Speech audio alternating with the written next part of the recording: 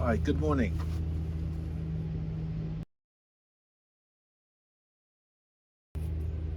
Mark, Well, good morning. A big thank you for joining me this morning.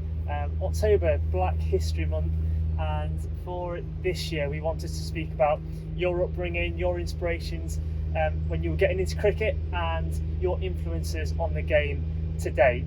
So, our first question is: who were your role models growing up, sports people or otherwise?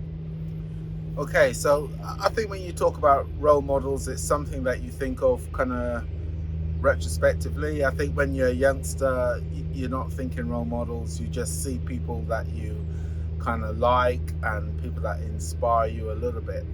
And without doubt, my family were my biggest role models in that respect, especially my elder brother, who kind of got me into the game of cricket. But then I guess more specific to cricket, I think Gordon Greenidge and Desmond Haynes opening the batting for Barbados, where I grew up, were particularly influential.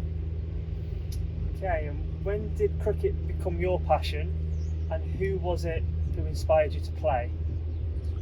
So cricket, as I alluded to earlier, I my formative years were in Barbados between 4 and 15 years old, and that was at a time growing up in Barbados when cricket was extremely popular. Barbados were really good at it. In fact, the West Indies were in their pomp.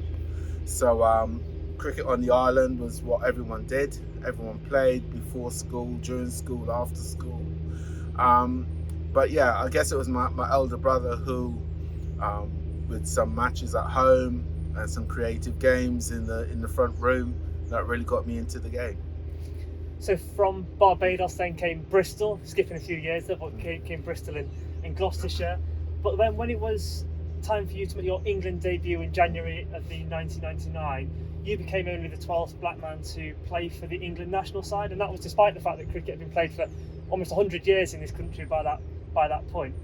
Um, this means you were very much one of the trailblazers who led the way to help inspire the next generation. Did it come across as that at the time, or how were your feelings about that at the time? I think if you could imagine, when you first get selected for England, um, the the the elation is more about being recognised for what you've done to get there in the first place. The bigger picture wasn't anything on my radar at that stage. I didn't think I was necessarily doing this for anyone else. I was just really glad, like most cricketers, to fulfil an ambition of playing international cricket for your country. So on selection, yeah, of course, I didn't see myself as a trailblazer of any sort, just someone living out their ambition to be an international cricketer. Looking back now, do you reflect on it sort of any differently, just in that space? Yeah, looking back, it always feels like an opportunity missed. I only played 10 times for my country. I think a bigger impact on the international stage could have made a massive difference in terms of influencing maybe younger kids to play. Um, but I don't know that for sure. I think that's the narrative that we all believe, I think. But that aside, I feel as though I've tried to influence young cricketers in other ways. Upon taking up coaching in the mid noughties with Gloucestershire, you then became the first black head coach to lead a team in county cricket in England. Uh, Again, were you aware of this at the time, and was this sort of a surprise to you? Bearing in mind this was only sort of 20 odd years ago, and how far the game should have come by that point. But how did that make you feel? Uh, Once again, similarly to being selected for England, when I decided to go into the coaching arena, it was a considered option. It wasn't an option based on the colour of my skin. I just thought I had the necessary credentials to try and make a really good fist of it. And that was my motivation as a person to go into coaching.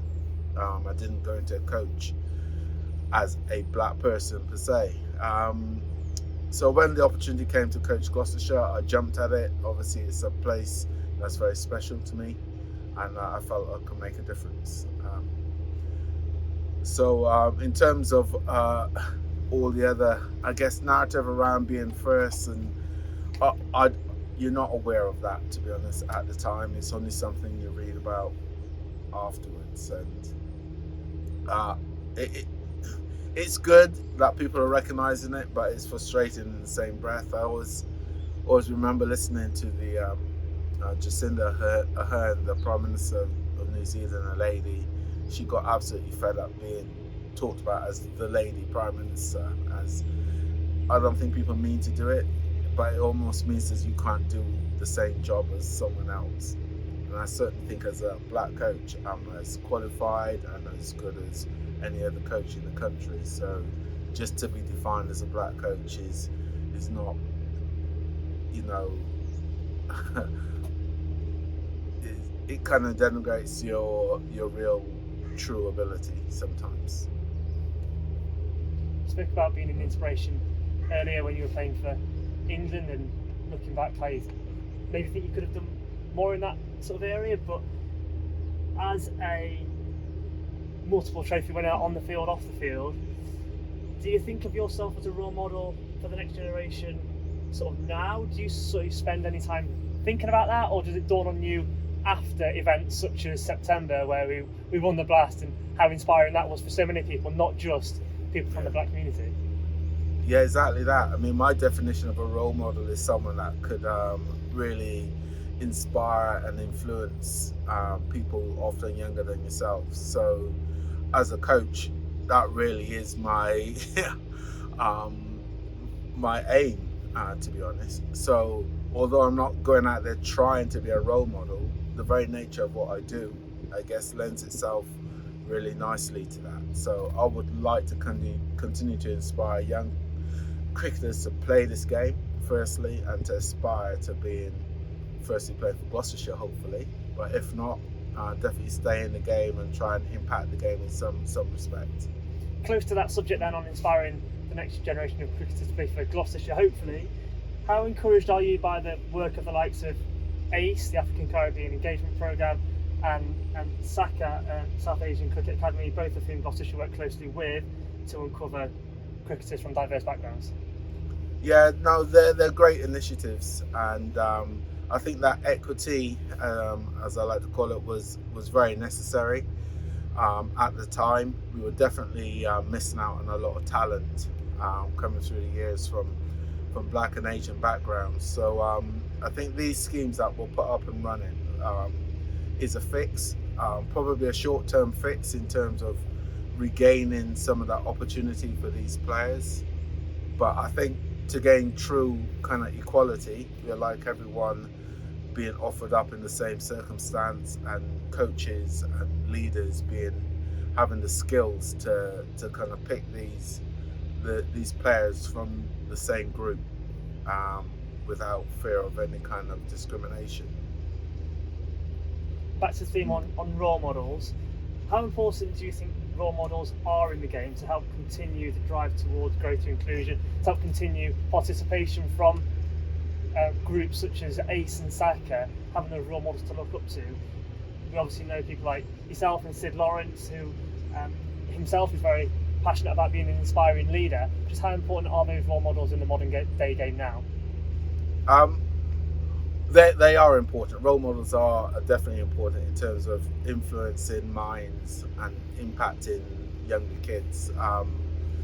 My personal influence, you never know what impact you can make, but I think what you have to do is firstly live your best life and make sure that you're authentic, and make sure that if anyone wants to use you as inspiration, that you can stand up to any kind of scrutiny in terms of leading a good life. So yeah, I really want to influence lots of young cricketers. The more the better, because the bigger that pool gets, we know the talent will rise to the top, and hopefully put Gloucestershire in good stead in the future.